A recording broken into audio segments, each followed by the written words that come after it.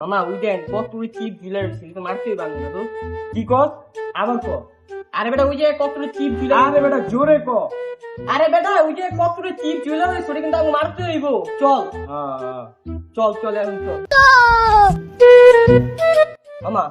আপনি পিছনে থাকবেন আমি সামনে যাবো আরে বেটা জোরে ক